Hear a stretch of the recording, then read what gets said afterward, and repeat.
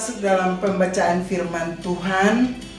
Firman Tuhan di pagi hari ini terpilih dari Matius 11 ayat yang ke-25 sampai dengan ayat yang ke-30. Pembacaan firman Tuhan dibaca oleh Tante Yo sendiri dan kita akan sebelumnya mari kita berdoa atas pembacaan firman kita. Ya Allah, ya Bapa kami yang ada di dalam surga, kami mengucap syukur kepadamu ya Allah ya Tuhan kami, karena Engkau telah bangunkan kami di pagi hari yang indah, hari Dominggu ini, di mana kami sebagai umat-Mu, keluarga di sini, kami akan memuji dan membesarkan nama-Mu lewat pembacaan firman Tuhan. Kiranya firman Tuhan yang akan dibaca dan direnungkan hari ini untuk menjadi kemuliaan bagi kehidupan kami dari hari lepas hari. Berfirmanlah Tuhan Yesus, agar kami anak-anak-Mu telah siap untuk mendengar apa kata daripada firman itu. Amin. Silakan. Ajakan Juru Selamat. Pada waktu itu berkatalah Yesus, Aku bersyukur kepadamu, Bapa, Tuhan langit dan bumi, karena semuanya itu Engkau sembunyikan bagi orang bijak dan orang pandai, tetapi Engkau nyatakan kepada orang kecil. Ya Bapa, itulah yang berkenan kepadamu. Semua telah diserahkan kepadaku oleh Bapa-Ku, dan tidak seorang pun mengenai anak selain Bapa, dan tidak seorang pun mengenal Bapa selain anak, dan orang yang kepadanya anak itu berkenan mengatakannya, Marilah kepadaku semua yang letih lesu dan berbeban berat, aku akan memberi kelegaan kepadamu. Pikulah kuk yang kupasang dan belajarlah padaku, karena aku lemah lembut dan rendah hati, dan jiwamu akan mendapat ketenangan, sebab kuk yang kupasang itu enak dan bebanku pun ringan. Sampai sekian jauh adalah firman Tuhan di pagi hari ini. Ibu-ibu dan bapak yang dikasihi Yesus Kristus, sesuai dengan pelonggaran tindakan pemerintah, sebenarnya pada bulan Juli ini gereja-gereja sudah boleh memulai kembali beribadah di rumah gereja dengan syarat mengikuti protokol kesehatan yang dikeluarkan oleh RIVM. Salah satu persyaratannya adalah tidak boleh bernyanyi bersama. Sementara puji-pujian adalah merupakan satu bagian penting dalam hal beribadah. Di dalam Alkitab ditulis bahwa Tuhan Allah bersemayam di atas puji-pujian umat. Baca Mazmur 22 ayat yang keempat. Lalu bagaimanakah perasaan kita kalau kita beribadah tanpa puji-pujian kepada Allah?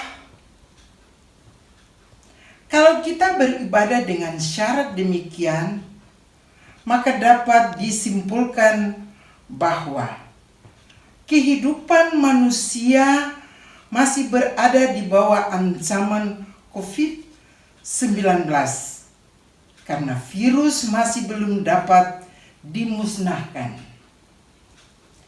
Dengan mempertimbangkan situasi saat ini, Bistir Sinode GIM telah memberikan anjuran supaya jemaat-jemaat yang berada di Provinsi Noord-Brabant, Limburg, dan Bible Belt bulan September baru mulai dengan ibadah di rumah gereja. Pasti anjuran ini bukan begitu-begitu saja tanpa dasar.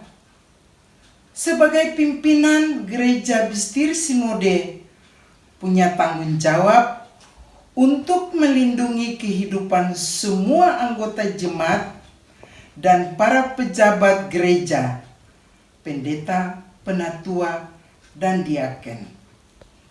Orang-orang yang termasuk dalam kelompok rentan risiko grup dari ancaman virus yang bisa saja kembali mengancam kehidupan.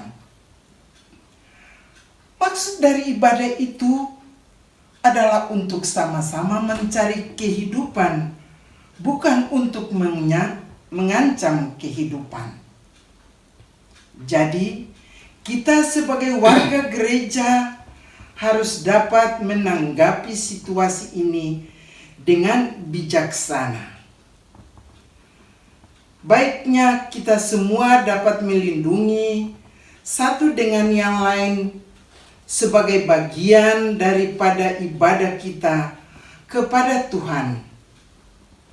Nah, untuk semuanya itu, maka marilah kita mendengar ajakan Tuhan Yesus, sebagaimana yang ditulis oleh penulis Injil Matius, bagian pembacaan kita minggu ini.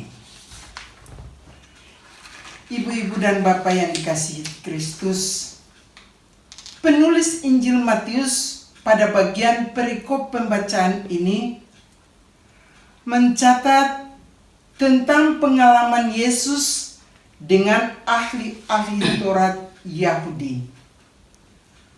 Mereka yang terdidik secara intelektual dalam hal memahami kitab suci,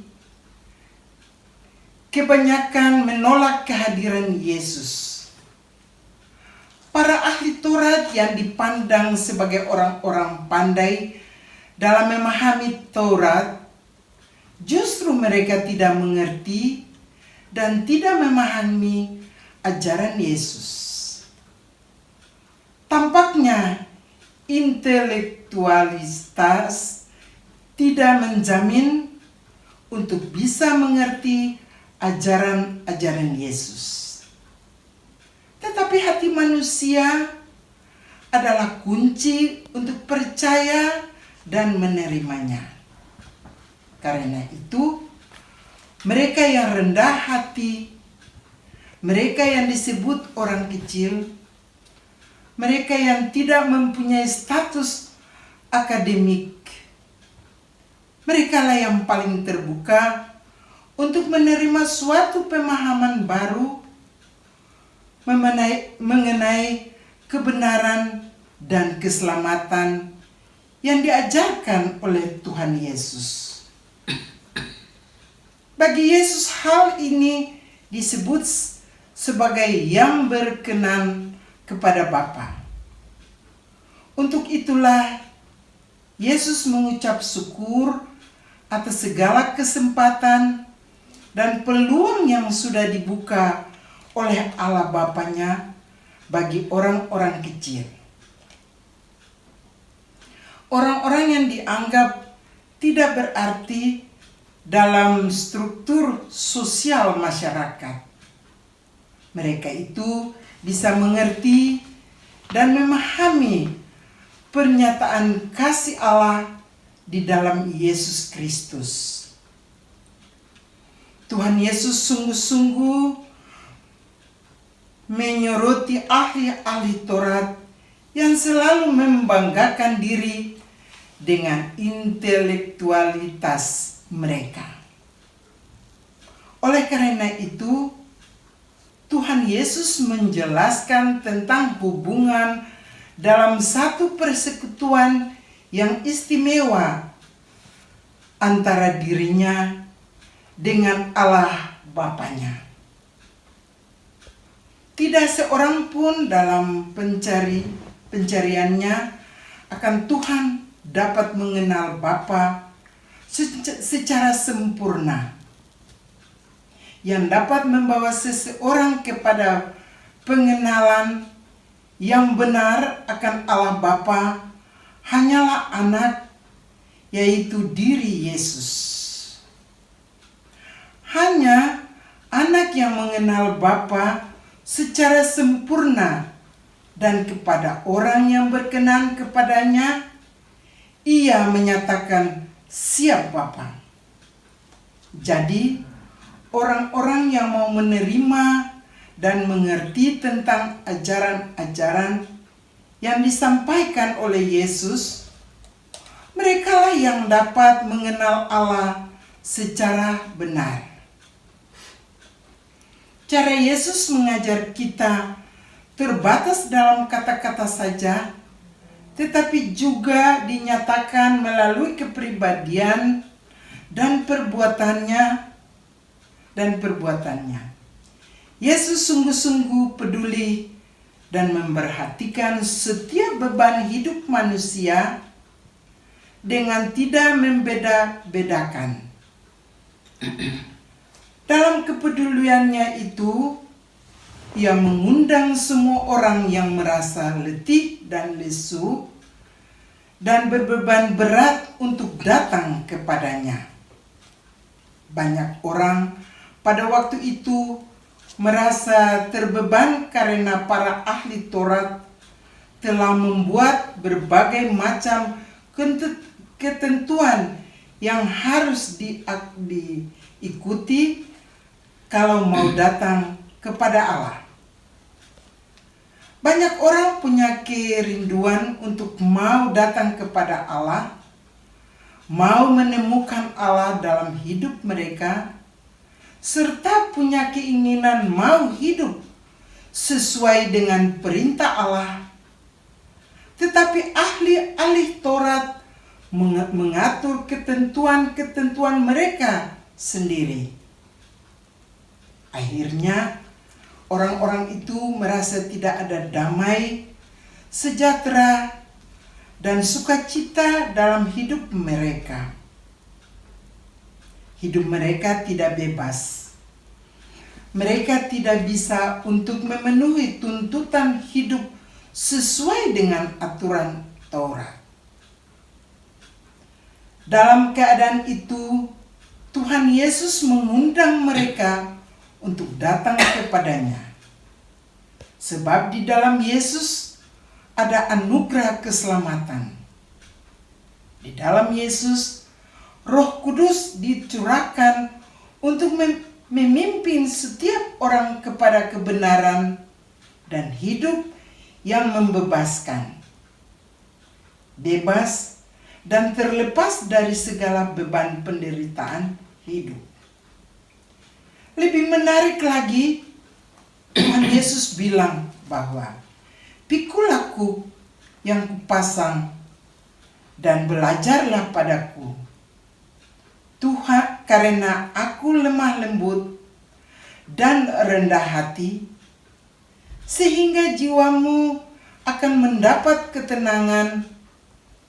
Kuk yang Kupasang enak sehingga terasa ringan.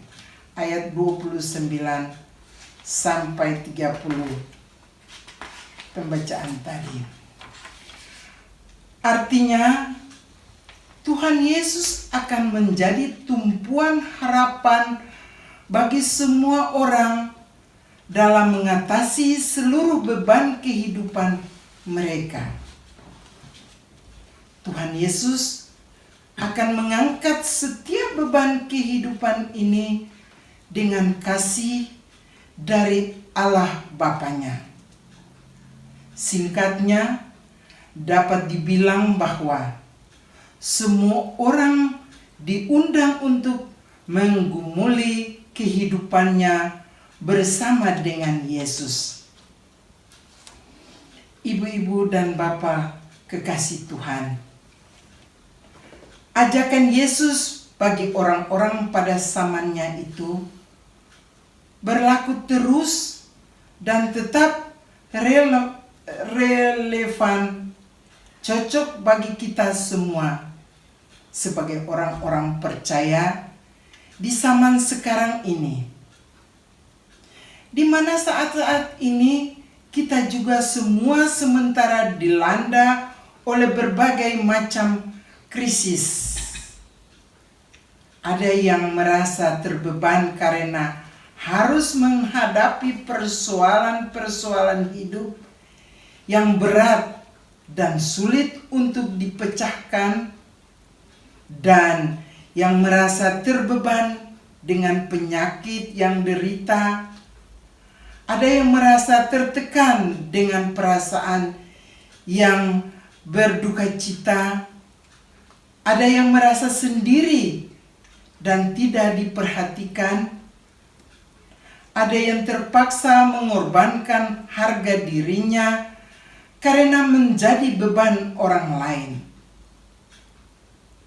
Ada yang bingung untuk menentukan pilihan hidup di dalam iman.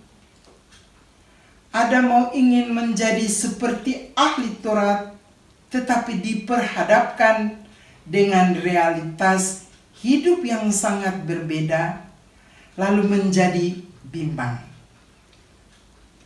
Menghadapi semua itu, suara Yesus memanggil, "Marilah kepadaku, semua yang letih lesu dan berbeban berat." Ajakan yang begitu lembut dan indah disampaikan kepada kita semua saudara dan beta, bahkan semua manusia yang merasa terbeban dalam menghadapi persoalan hidup ini.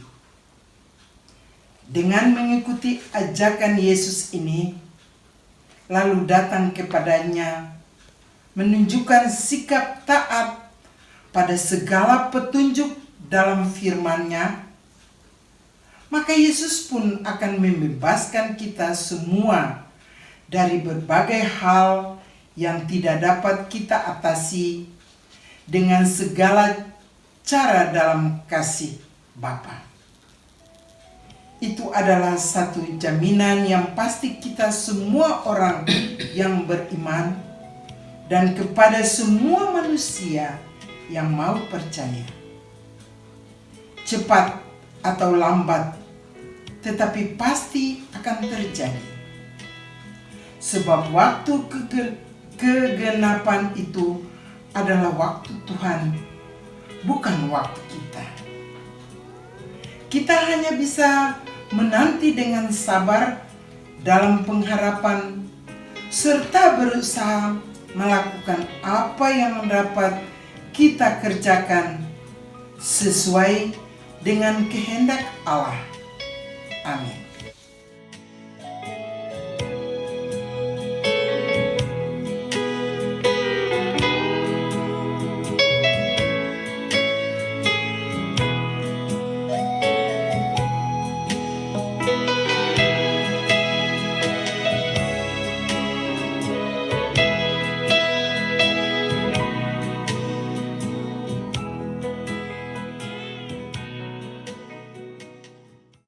Mari kita terima berkat. Semoga Allah sumber pengharapan memenuhi kamu dengan segala sukacita dan damai sejahtera dalam iman kamu, supaya oleh kekuatan Roh Kudus kamu berlimpah-limpah dalam pengharapan. Amin.